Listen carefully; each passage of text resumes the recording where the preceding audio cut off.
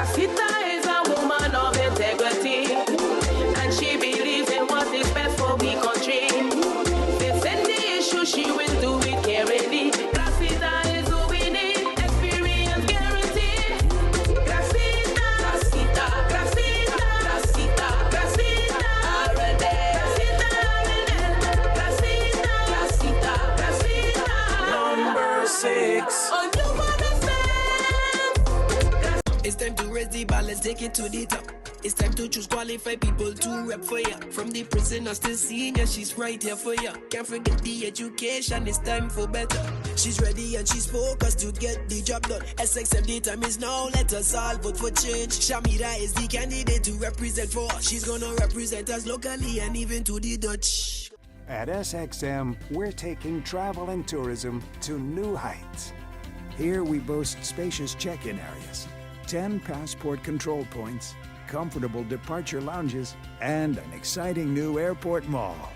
Finally, there's an airport in the Caribbean that takes your travel plans as seriously as you do. Princess Juliana International Airport. The experience will move you.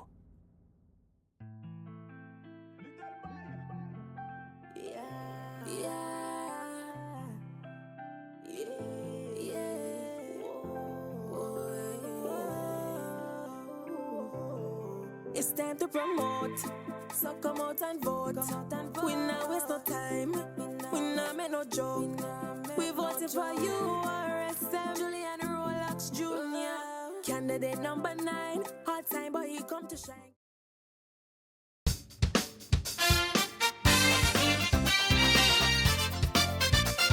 Well, ladies and gentlemen, welcome to our late night extravaganza, where apparently even Santa's elves are running for office this year. Yes, it's that magical time again. No, not just Christmas and New Year's, it's local election season. As you may have heard, our beloved late night host couldn't join us tonight because he's out there chasing down politicians demanding payment for their ads. Apparently, even in the land of late night comedy, bills need paying. Oh no! No! I hope everyone's enjoying their December dose of door-to-door canvassing.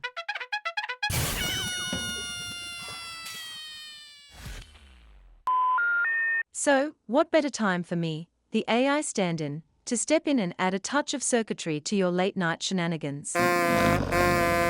Yes, it's that special time of year when instead of sleigh bells, we hear campaign jingles ringing in the air.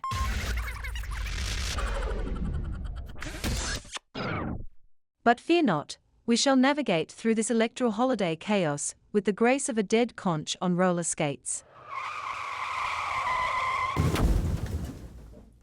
I've heard the debates are more entertaining this year's than the Phillipsburg Christmas tree lighting.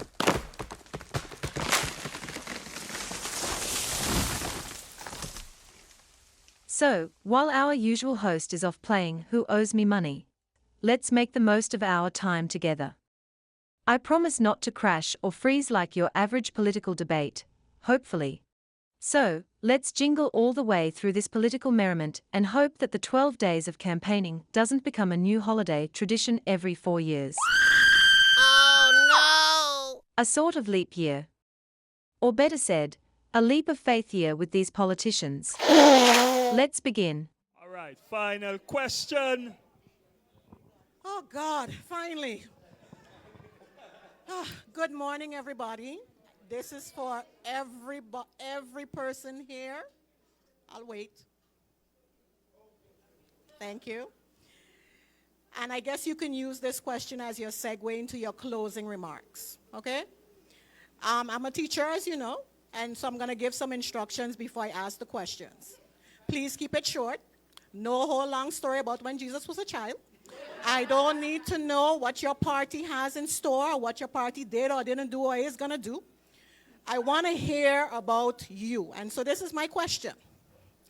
After all of this is over, you're old, you're gone into pension, how would you like to be remembered?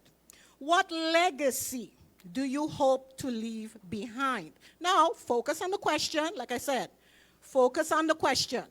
These are your future. how would you like them to remember you after you've done what you said you're going to do, after you've did your best for St. Martin, and after you have kept some of the promises you made here today? Because I heard some things. I also heard some whole long stories, and I'm not really interested in the long stories. I was not interested in your party. I am interested in you as an individual. So how would you like to be remembered at the end of your political career? Yeah, we start from one and we go straight down. And keep it short, please. Keep it short.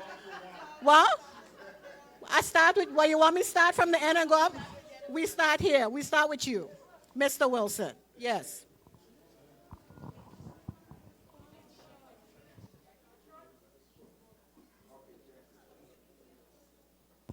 Yeah, this thing, the battery, I think.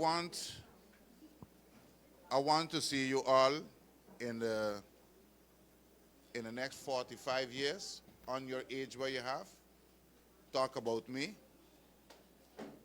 that there was somebody in the political arena that wanted to stop corruption, that you can see election and government clean as possible, because there is a beginning, okay? There is a beginning. If you want to fill a hole, the first scoop is the beginning, okay? And I would love to see the island flourish, because I have children also here, okay? And I hope they can come back too. So I don't want you to read my name or do any calculation. I want somebody to remember me in that way, that this progress or this accomplishment started by Gromiko. Thank you.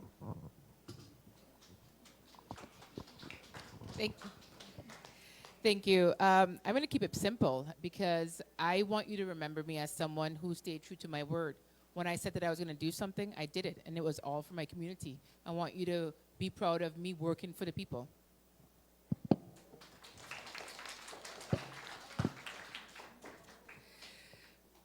I think the legacy that I would like to leave behind once I leave active politics is where I'm remembered for my honesty, my transparency, and for wanting to see the right thing done, even if it was not the popular thing to do. I would like my legacy to be one of accomplishments, getting things done, just like I did with basketball. I would like persons to look back and say, Cooks did what he said he was going to do, and he did it the best way that he can, and that you don't have any stories of me getting picked up by Tebeo. So that's my legacy that I would like to leave behind.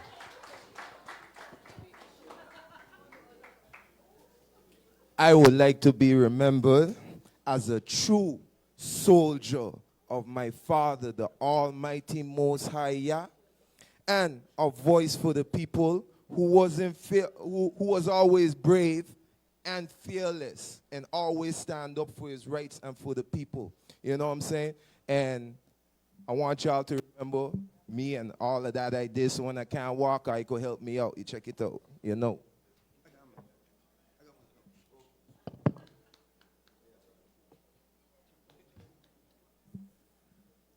In life, I always say it, your name is your name. That's all you have. When you say Mr. Utley, that brings pride to me. That means that it's a assertment of respect, of honor. And no matter what will happen, whether politics, not politics, I have to remain Mr. Utley. I want my legacy to be something that you said he went out on a limb. My philosophy is don't tell me why it can't be done. Show me how it can be done, and it will be done. And in my closing remarks, I want to say, regardless of what, we are here for the best interests of St. Martin. We have different parties, different ideologies. And Mr. Emmanuel, I must say, despite some of the unorthodox measures, I respect him, because he could have sat home, sat on Facebook, and type and type and type and type. Anybody that steps up to the plate to run to make this country better, I respect him. You put your money where your mouth is. Guys, thank you. They say keep it short. I'm going to say something which I started this morning. I said when I was 15 years old, I wanted to be a CEO, and they doubted me. But what I saw here today, I see leaders from St. Martin.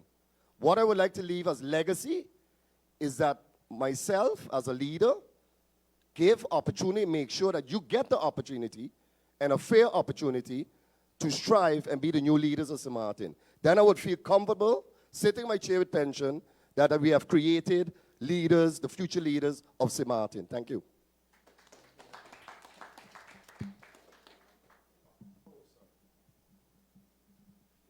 Thank you. My legacy, and I've thought long and hard about this over the years, is I want the people of St. Martin, I want you later, we say, for me it's maybe 40 years, 30 years, come up to me, introduce me to your children, and I want you to be able to tell your children, this is the lady who helped me. This is the lady when I was down and out who showed me the way how I could get out. This is the lady who encouraged me to finish school. This is the lady who encouraged me to further my education. This is the lady who helped me get a job. You know, and this is something that happens now on a small scale already, so I am working towards that. I have been working towards that for years, and I want to do that. What I've been doing on a small scale, I want to do it now for the population of St. Martin, and that we uplift all of us.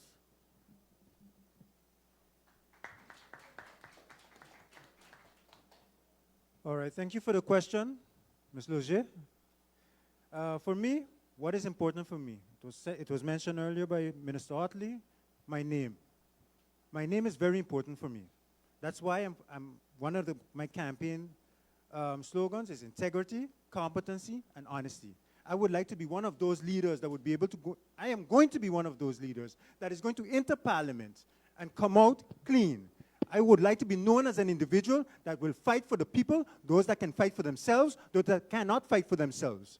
I have already in my belt, I have placed a lot of things in motion already as a citizen of this country, especially for the frontline workers. I like to acknowledge the teachers, the police officers, the prison guards, the guys that work at the harbor that offload the containers, the front workers. At the beginning of this, I told you that you, the people of the future St. Martin, I would like to be known as a man that fought for his people through thick and thin. I would like to be known as a man that defended everybody and made sure that I was successful in that, and make sure that also, without a shadow of a doubt, that everyone will benefit. No one will be left behind. That's the legacy that I would like to leave behind in Parliament. An individual that fought for the people and will always be there for the people, regardless where you're from or you're born to be here, born from here, doesn't matter. I represent all of you.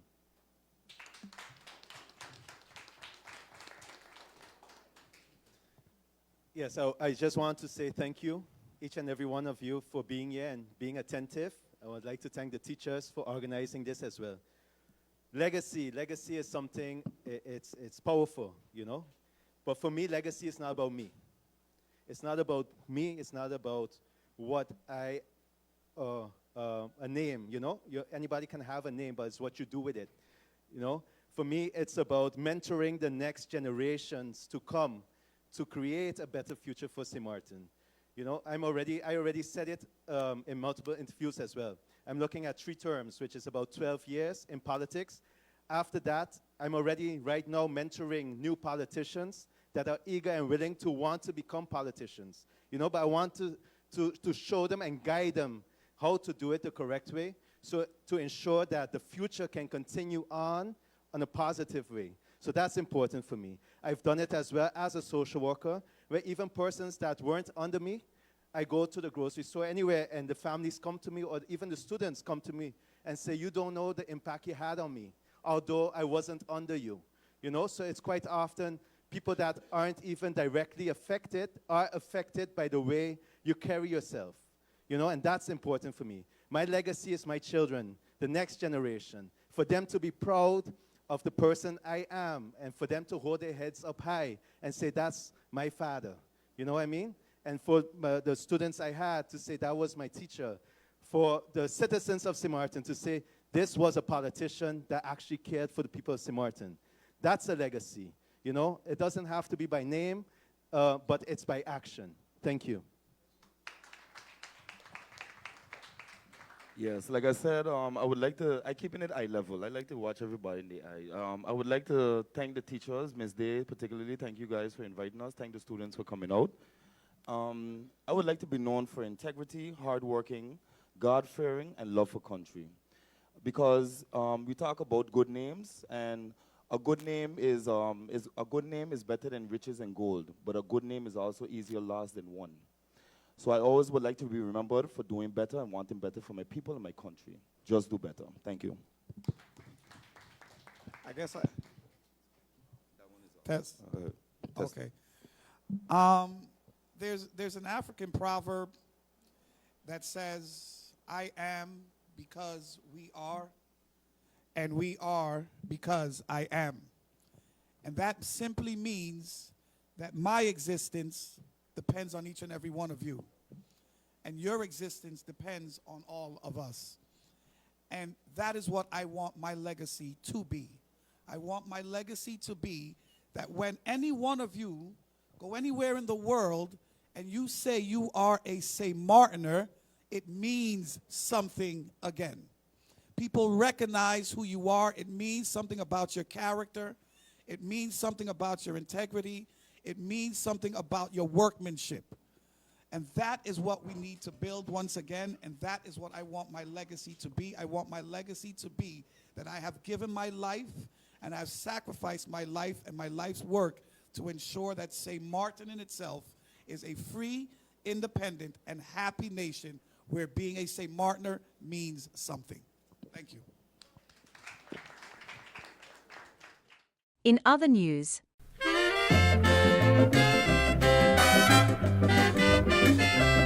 to the youths in the crowd, I see all you. I see something that a lot of people don't realize. These are young people that have given up on politics. But Rolando Bryson ain't giving up on all you. You all see it in my eyes. You know what I bring in for everybody in the districts. And let me tell you something. When they try to malign our youth and try to call them gangsters and street and block, I'm going to tell you right now, the biggest gangsters and delinquents we ever had in this country wasn't on the street hanging out with their boys and riding bike. The biggest gangsters we had used to wear guayaberas, go to every funeral in St. Martin, shake every hand, sell out the country, and act like they wasn't the gangsters. You are the future of St. Martin. Don't ever let nobody tell you otherwise. Raise your light up. Do what you want, because I giving this country back to you, whether they like it or not. DJ Lil Cause, the judge them show.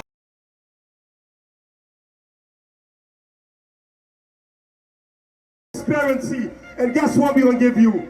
4 years more of one government party, the National Alliance Party.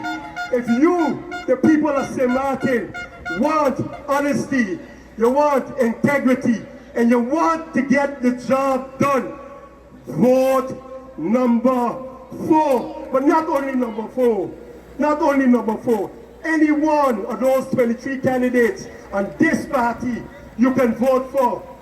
Prime Minister, I see you. I see you watching the clock. I soon done. But before done, the show gotta start now. I hearing, I don't listen to the radio a lot, but listening now, I got to hear what he got to say. Grisha, let me tell you, I'm gonna tell it to you tonight. Let me hear them horns. Let me hear them horns. I hear you talking. I see you talking. Re-elect Grisha. Re-elect Grisha. Grisha, you was elected last election, and when you get in government, what do you do? Vote war. Come up with government to tell us tonight what you could do when you get in. You have your chance, and when you get a chance, you run. You run. I don't run. I pray for no one. Let us just start now. Let us just start now. But Denver, I hear your name. I hear you call my father's name. You could never walk in the shoes of William Alley. You could never walk in the shoes of William Alley. You know why? You want this government to have 16 members of parliament. We say nothing that we electing 15 members. But when you get elected, you can't sit down. So don't tell nobody, vote for you. Because a vote for you is a vote to keep you out of government. It's a vote for another man to be in parliament, not you. So don't ask nobody to vote for you. The only people you gotta vote for is any one of these 23 candidates. Any one of the National Alliance candidates. Vote for the National Alliance. Any one of these 23 capable, able, and ready candidates. Remember, it's time, St. Martin. Forward, together. I had more, but I gotta leave the leader speak tonight. Thank you.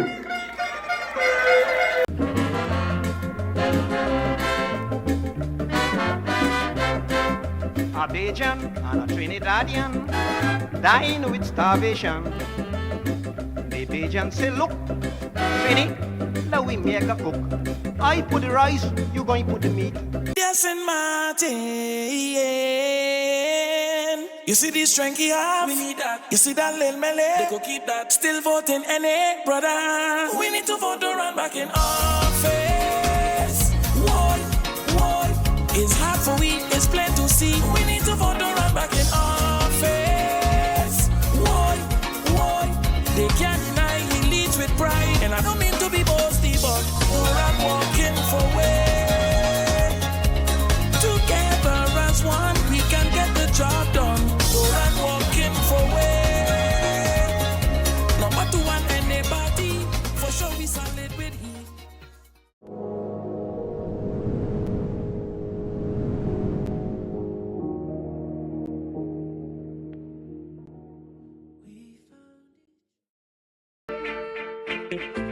They can't keep a good man down. Always keep a smile when they want me to frown.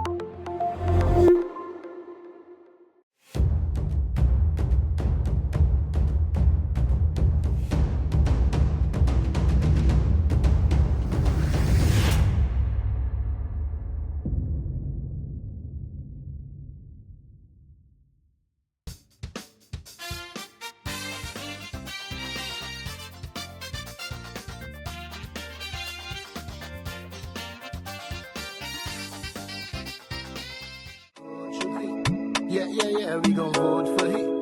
Yeah, we gon' vote Chupi, yeah. And we gon' vote for him, yeah. All the hard work he has done for us, a true leader for the people. Always fighting for our rights, and all the passing up so much love. Kept government up for 4 years strong, something that wasn't done for so long. Rolando Bryson's the new way up, and we are sure that he'll hold us down. Now is our time, cause we're still going up. Rolando Bryson representing we. It's standing up for this country, so that's why we gon' vote UP. Now is our time, cause we're still going up. Rolando Bryson representing we. It's standing up for this country, I know. We going up, yeah, cause we the top. Rolando Bryson's the new way up. It's a big party for us. Yeah, we going up, yeah, cause we the top. Rolando Bryson's the new way up. It's a big party for us. It's a big party. People has been a part of me and voted on my lead. A man of action and integrity, yes. Number two, I united people for mercy.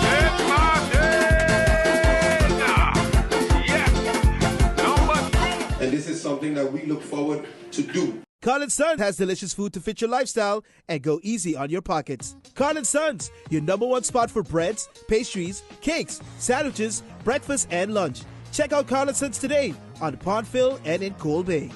The holidays are here and so is the Christmas ham at Carl & Sons. Get your Christmas ham sandwiches or Johnny cakes this season. Add a choice of cheese or egg or have all three. You can't go wrong with either one. Follow them on Facebook and don't forget Fun Miles is your friend at Carl & Sons.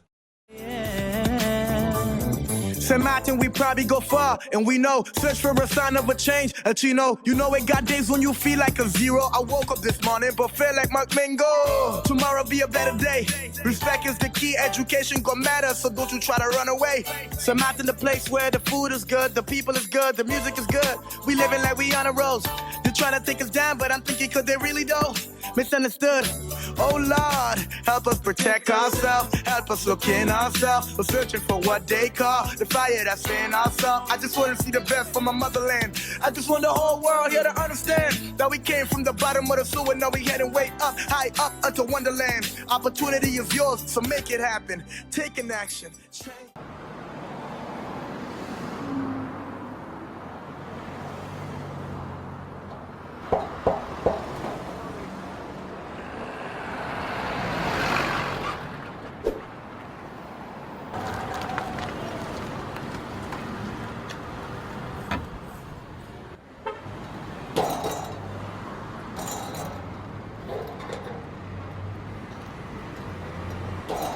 Qu'est-ce que tu fais là? Qu'est-ce que tu fais là? But sorry, no sir. They got this game tonight and I can't miss it. Me and my boy, we gotta watch the game, you know. So I bringing this in. You check? Alright, let me watch your leg. Watch your leg. Sir, sorry. Why so difficult? Look, I'm watching TV here on my phone with the Tel TV Plus app. You really gotta upgrade.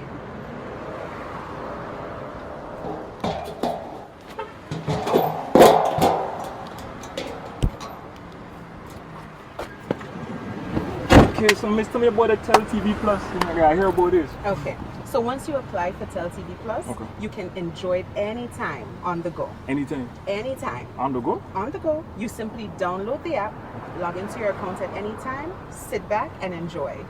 You will never have to miss your match. Yo, bus driver, take me back to tell him now, please.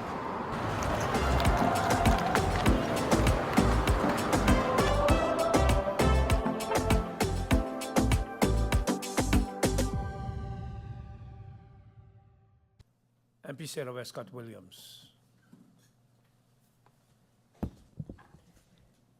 Thank you, Mr. Chairman. Mr. Chairman, I thank the ministers also on behalf of the other ministers for the answers provided, and I would like the following to be clarified based on the answers provided. With respect to the SOS policy of the Ministry of VSA, is there a policy as such, or does it depend on the request of businesses as they seek to receive work permits for employees? And is NEPA as an organization mentioned, or can it also be another choice that these businesses would contribute to? And how exactly does the contribution to, for example, NEPA take place? Is it designated for scholarships, or is it paid to the organization, in this case the school, NEPA, so that they can decide whether it goes to scholarships for persons deserving of such, or to expand the school and organization? So is there a policy where these type of things are outlined? And if there is not, then my questions pertaining to how does this contribution take place? Does it go through our ministry? Does it go directly to NEPA? And is it designated one way or another towards the school or specifically towards scholarships? Mr. Chairman, I received my queries regarding the extra payroll and referring to the payment to justice workers. And when asked about whether it is feasible to expect that these persons can expect the payment of their first phase in December, knowing that the payroll time is practically closed off, will be closed off? And the answer was then it could happen by extra payroll. And I've had that confirmed during the break that yes, that could happen. And any time that a payment is due, also for other phases, and the payroll is not, it can't make the payroll, that then a extra payroll would be done to pay out the justice workers. So I'm just confirming that I received that answer from the Minister of Finance.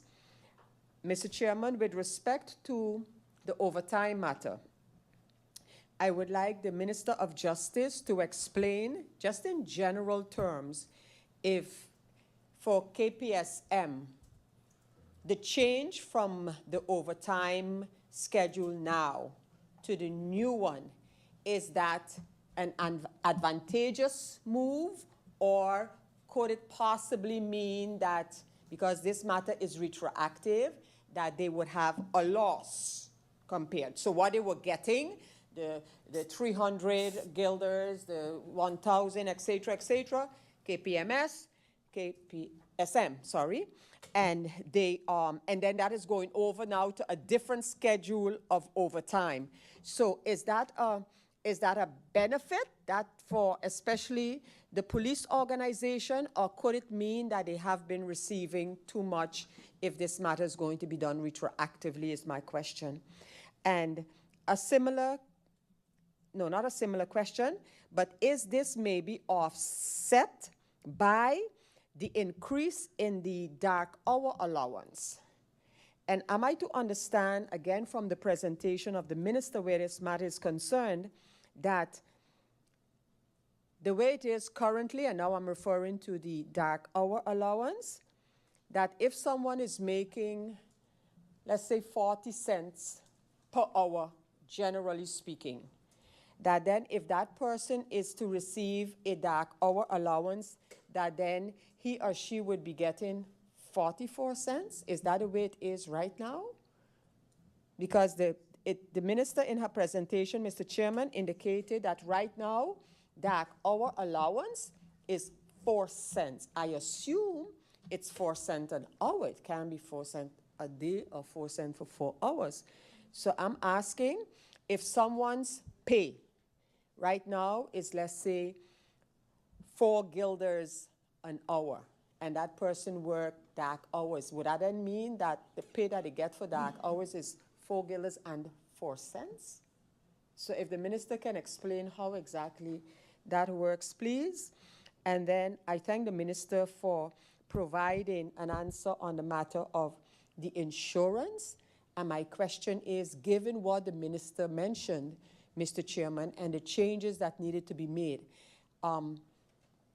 is the insurance, are the person, the frontliners who are entitled to this liability insurance, are they insured? So the changes that needed to go back and the discussion with the insurance company, but have those persons remained, and do they continue to remain insured?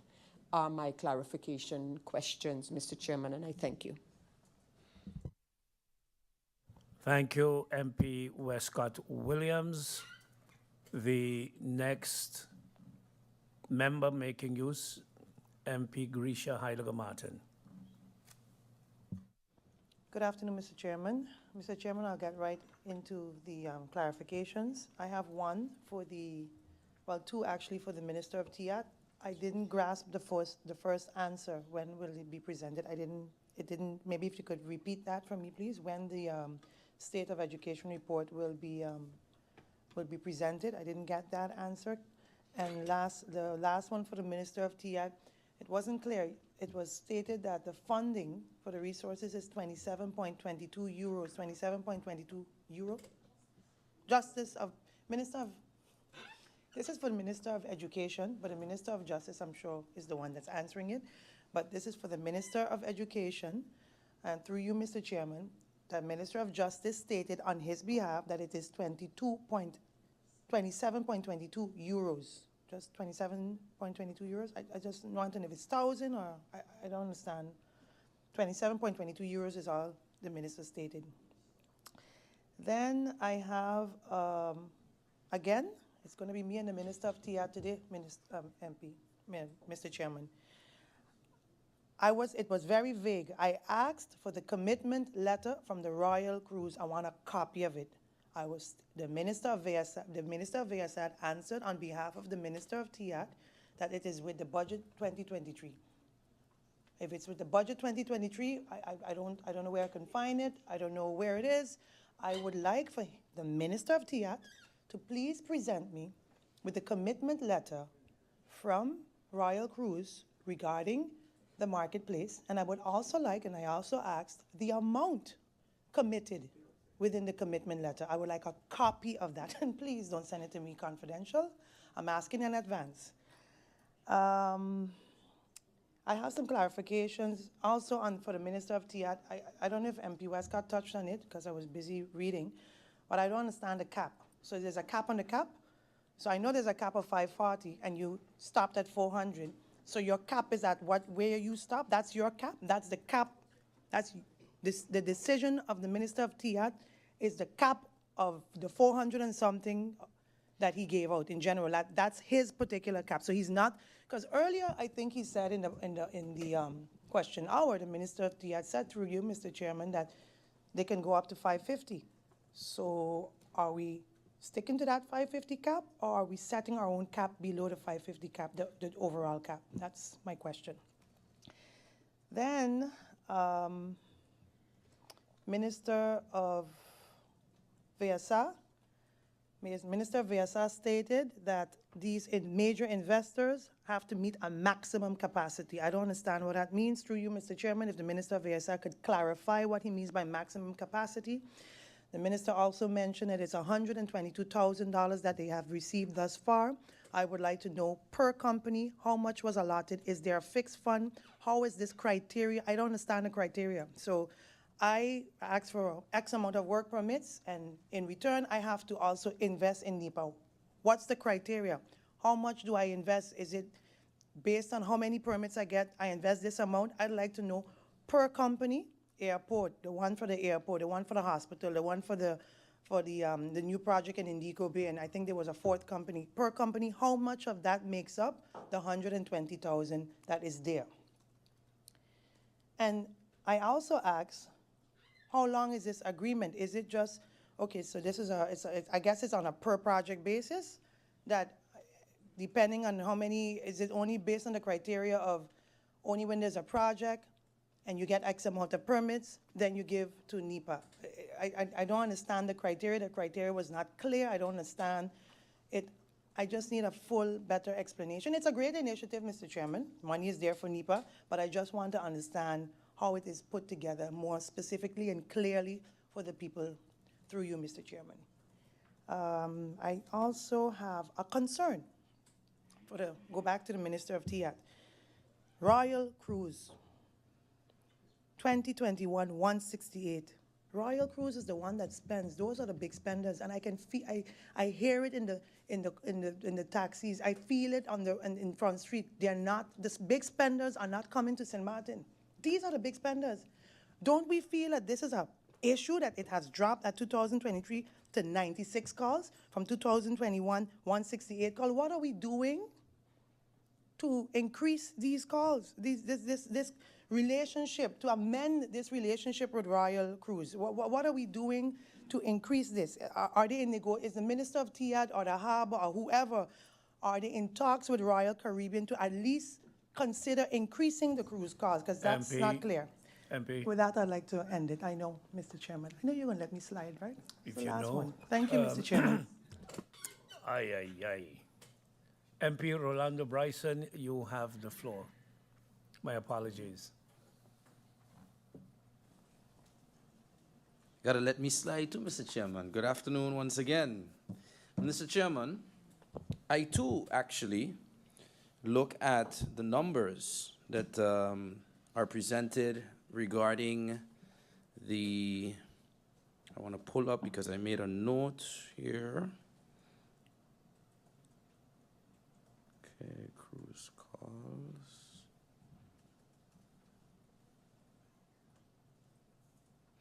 Yeah, so according to the numbers that were read by the minister, specifically regarding the number of calls, and then when you take, and I'm talking about cruise facilities, is for the Minister of TIAT, the number of calls and juxtaposed, so compared to the number of passengers.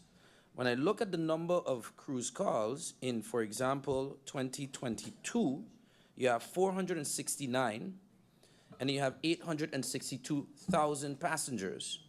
An increase for 480, these are overall, to 1.2 million passengers, and then it's now projected in 2024 to 509 to 1.5 million passengers. So I see an overall increase in both the calls and the number of passengers.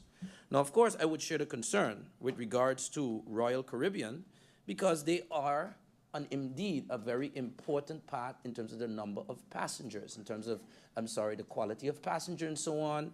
But what is interesting here and what I need clarity on from the minister, because according to the first numbers that were given just specifically to Royal Caribbean, Minister, through you, Mr. Chairman, it is indeed less calls in 2023, so 96 so far, projected to be 110. Please correct me if I'm wrong. But the total number of passengers is 500,000 by the end of the year 2023. So my question is it not, if I understand these numbers correctly, are we getting less cruise ship calls and getting a larger number of passengers, which I can only conclude, and I would like the minister to clarify, we're getting larger Royal Caribbean ships coming to the country? So although the calls are less, so maybe the harbor might lose a little bit of money, but based on the numbers that were presented, we have more Royal Caribbean passengers coming, but we have less calls. So the only thing I can conclude is that there are now larger ships. Can the minister please clarify that to make it clear as to which of those answers are correct? The next thing I would like to ask, Mr. Chairman,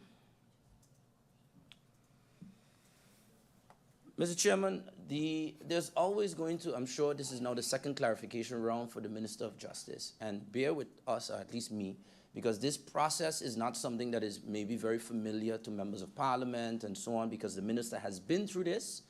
And when I hear her explain, I went back early in the video to try to follow the answer regarding the 200.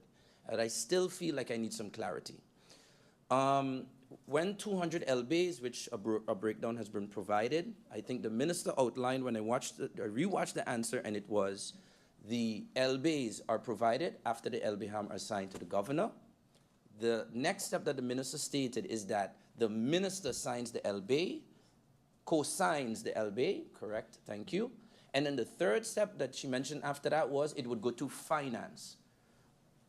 The only thing that I'm not getting clarity on is where is the officer or the personnel member in that process? When do they get to see this LB? Is it before it goes to the governor, they can see what this is? Because earlier in the first round, the minister mentioned about an appeal process and also that it had to be irrevocable. So the clarity I need is, where does that happen in those three-step process? Is it before it goes to the governor, or maybe after it goes to the governor, but before you sign? Because that is an important distinction to make so that the officers, or at least I can understand, and them as well, when is the first opportunity I get to see what my final official document will look like in order to say, well, I need 30 days to check this out and whether I agree with it or not. I think with that, I might finally be able to understand this very critical part of the process.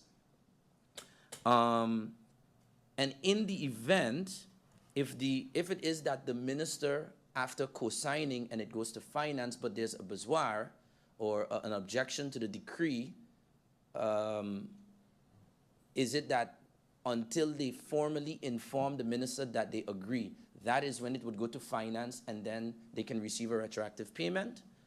Or does the retroactive payment come nonetheless? I just want to understand that part of the appeal right that the officers or staff should have. And there was one more clarification on the Minister of TIAT. Minister, I would like to ask a question regarding the Minister of TIAT. Question was posed earlier, and I listened attentively to that question regarding the Disney cruise calls. They've only been almost non-existent indeed, or have been negligible. What would be the main factor to that? From what I understood, and maybe the minister can clarify if this is the case or not, is it indeed that Disney has signed a long-term major agreement in Tortola, as opposed to in St. Martin? Thank you, Mr. Chairman. MP Ludmila De Weaver. Thank you again, Mr. Chair. I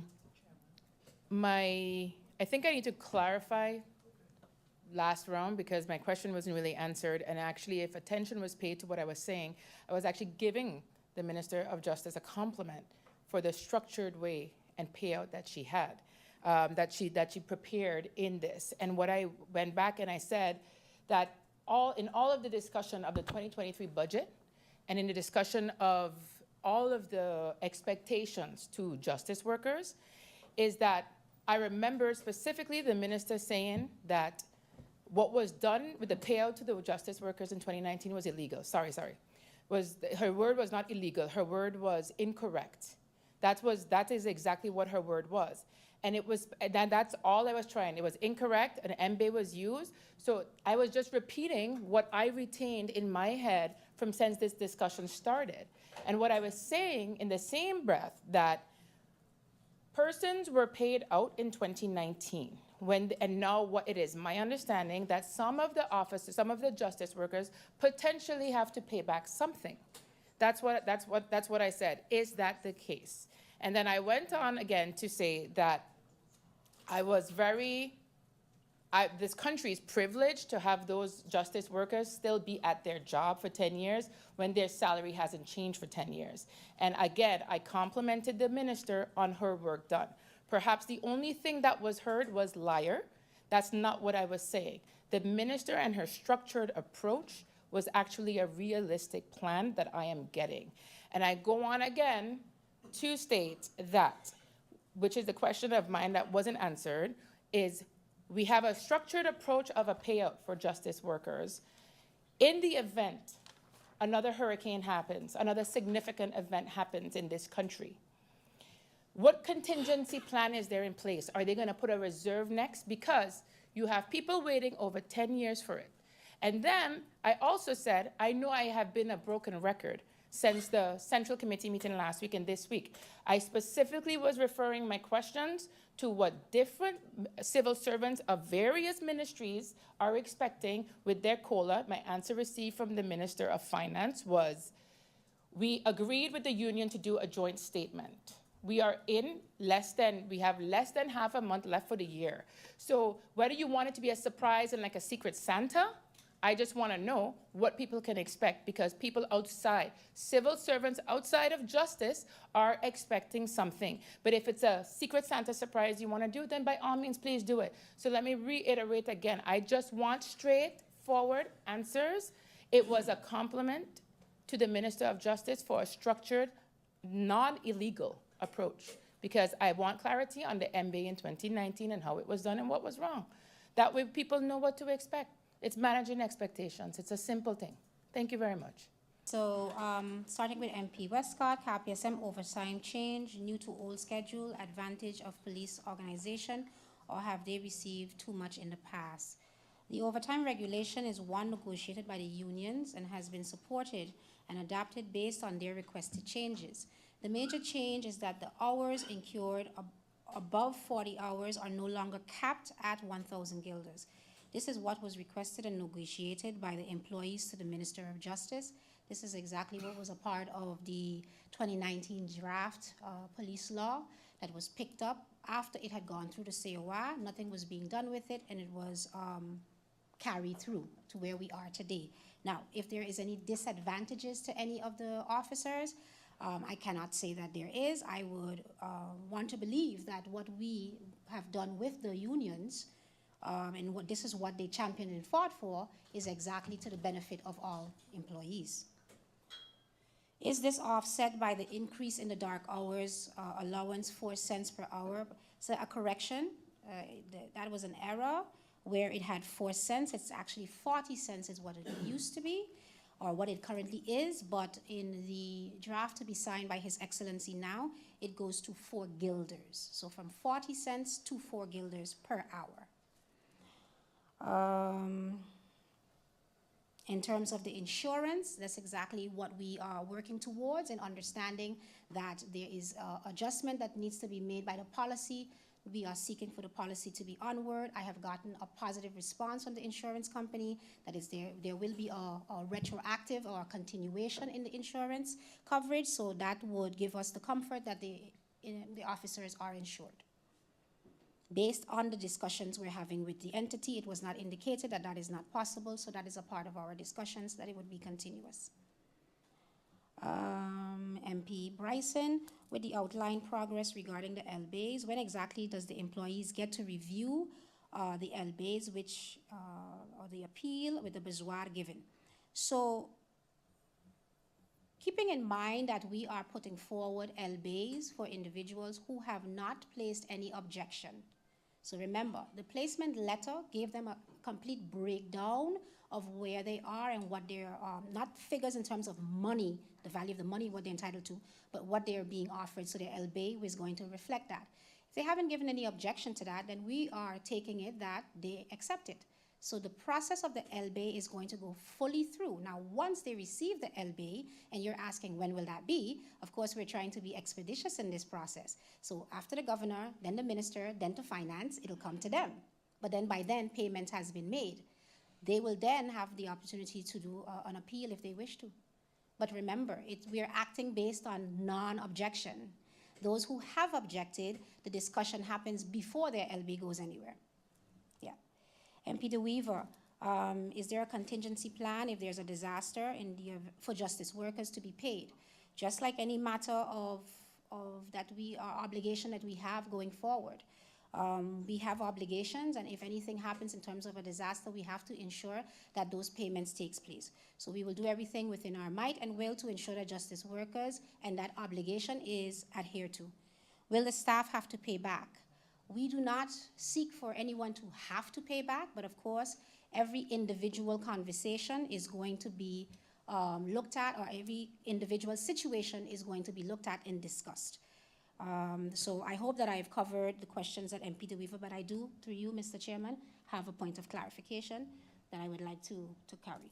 So MP De Weaver, I thank you for the compliment which I've indicated to, but when you and I were colleagues, when you were Minister of TEAT, I went through this same exact discussion with MP Emmanuel as well as MP Peterson, to the point where MP Emmanuel said the same thing. He made the statement along the lines as I, as minister, indicated that what Minister Durand did was incorrect with the MBA. I was able to come back to Parliament and I put what I said, that video, on the screen, and I clarified that is not what I said. And that video, all the videos, all the meetings we have are documented. It can be played again. This minister never indicated that Minister Durand did anything incorrect. What happened was both MP Emmanuel and MP Peterson asked what was the legal basis to pay out the justice workers. I stated, based on the research that I have gotten, it was a calm decision. Both MPs' reaction was, a calm decision is a legal basis. I left it at that. If we look at what I have been saying from the onset, and I put the image on the screen today, what we saw being signed for KPSM workers back then in 2019 was a ministerial decree for their legislative or their legal position. And I've been saying from the onset, that was not the correct instrument. I said it here again today. The correct process is the process we've completed by preparing the LBHAM and the LBAs. So there are two MBAs that are being referred to here, and the one I have been speaking about from the onset has to do with the legal basis. So we can always bring back those videos to show what I have said, clarified, provided everything. My focus has never been about the payment, it has been about their legal structure and status. So again, I'm saying through you to the MP, thank you for the compliment, but there is a mix in which MBAs are being referred to here, and I never insinuated anything against Minister Duran. Thank you. I'll do it for education. So I do believe that the single clarification was, what does a 27 refer to? Minister ECYS, is to 20, sorry, I'm sorry. The 27,000 euros is 1,000. 27 is 27,000 euros. And I'm sorry, I don't recall what the second clarification point was. Yeah, please. Thank you, Mr. Chairman. If the minister through you can please repeat the first answer to the first question I posed. The state of education, when we would be able to receive it. I didn't quite get the answer. The first answer. Just to repeat. So the first question was, when will Minister ECYS present the State of Education report for the 2022 Parliament as required by law? Answer, currently the ministry is busy reviewing the draft report, and once approved, Minister will present it to Parliament. Okay. Yeah, thank you. Thank you, ministers, and thank you, members of Parliament, for your participation thus far. As we have discussed previously, we would adjourn at this moment and continue the meeting tomorrow at 3:30 in the afternoon. MP Yes, Heilerer? Mr. Chairman, just a point of order for tomorrow's meeting. I will not be able to attend. I'm saying it for the public, that I've been here for all meetings on time. Meeting started late, but I've been here giving quorum. But just tomorrow, I think when the voting is going to be there, I would not be able to attend that meeting for personal reasons. I'm just stating it for the floor of Parliament. Thank you, Mr. Chairman. Man, a stick for my right. You put in a 12-cent meatball, you was gonna lice. I going give you a word of advice. Check your meat out my rice.